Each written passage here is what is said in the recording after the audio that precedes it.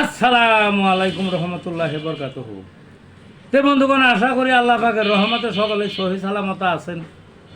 তে কবি কাজী আক্কাসেল ইউটিউব চ্যানেলের পক্ষ থেকে আপনাদের সকলের প্রতি রইল একান্ত আন্তরিক শুভেচ্ছা ভালোবাসা। তে বন্ধুগণ, এখন আপনাদের সামনে যে বয়ানটা রাখবার চেষ্টা করব, বয়ানটার নাম হলো শরীরের দুর্গন্ধের কারণে পারফেক্ট চিকিৎসা, অর্থাৎ শরীরের দুর্গন্ধ দূরীকরণের পারফেক্ট চিকিৎসা। এই যে এত অগণিত মানুষ, এর মধ্যে একটা শ্রেণী আছে কম সংখ্যায়, তাদের একটা দুর্গন্ধ আছে। আমি কিছু রুগী পাইছি, কলেজের ছাত্রী, তারা মেয়ে,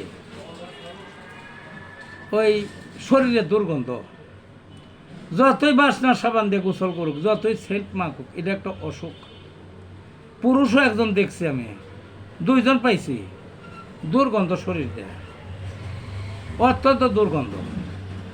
কারো কারো মুখ দেয়। একজন লোক আসছিল, টেবিলের সামনে বসছে আমার সামনে, তার কথা বলতেছি, তার যে দুর্গন্ধটা, মুখ দূরে রাখি, তারপরে যে দুর্গন্ধটা আসে নাকে, এটা মানবের যে তাজা পায়খানার যে গন্ধ, তার চেয়ে খারাপ। পায়খানার গন্ধ তো সহ্য করা যায়, কিন্তু তার ওই দুর্গন্ধটা সহ্য করা যেত না। যার দুর্গন্ধ হে হয়তো বুঝে না, কিন্তু এটা একটা রোগ। মেয়েদেরই হোক বা একটু বয়সে হোক, ছোটো, যার এই রোগটা আছে অনেক আগের থেকেই, ছোটোবেলার থেকেই আছে। তারা কি করবে? তারা ওই গোসল টোসল একবারের জায়গায় কয়েকবার করে, সেন্টেড মাইকা থাকার, ফ্রেশ কাপড় চোপড় গায়ে দেওয়ার চেষ্টা করে, তারপরও দুর্গন্ধ যায় না। তবে হ্যাঁ, হোমিওপ্যাথিতে আর উৎকৃষ্ট চিকিৎসা আছে, এবং আমি চিকিৎসা দিয়েছি, সম্পূর্ণ সুস্থ হয়ে গেছে। তে আসুন কিছু ওষুধের পরিচয় করিয়ে দিই আগে। Silicea, psorinum, sulphur, kali iod, acid nit, kali phos, merc sol, এই ওষুধগুলো সচরাচর ব্যবহার হয় মানুষের শরীরের দুর্গন্ধ যে অসুখটা, এই অসুখটা দূর করার জন্য। বুঝলেন না বন্ধুগণ? কাজে হতাশা নয়।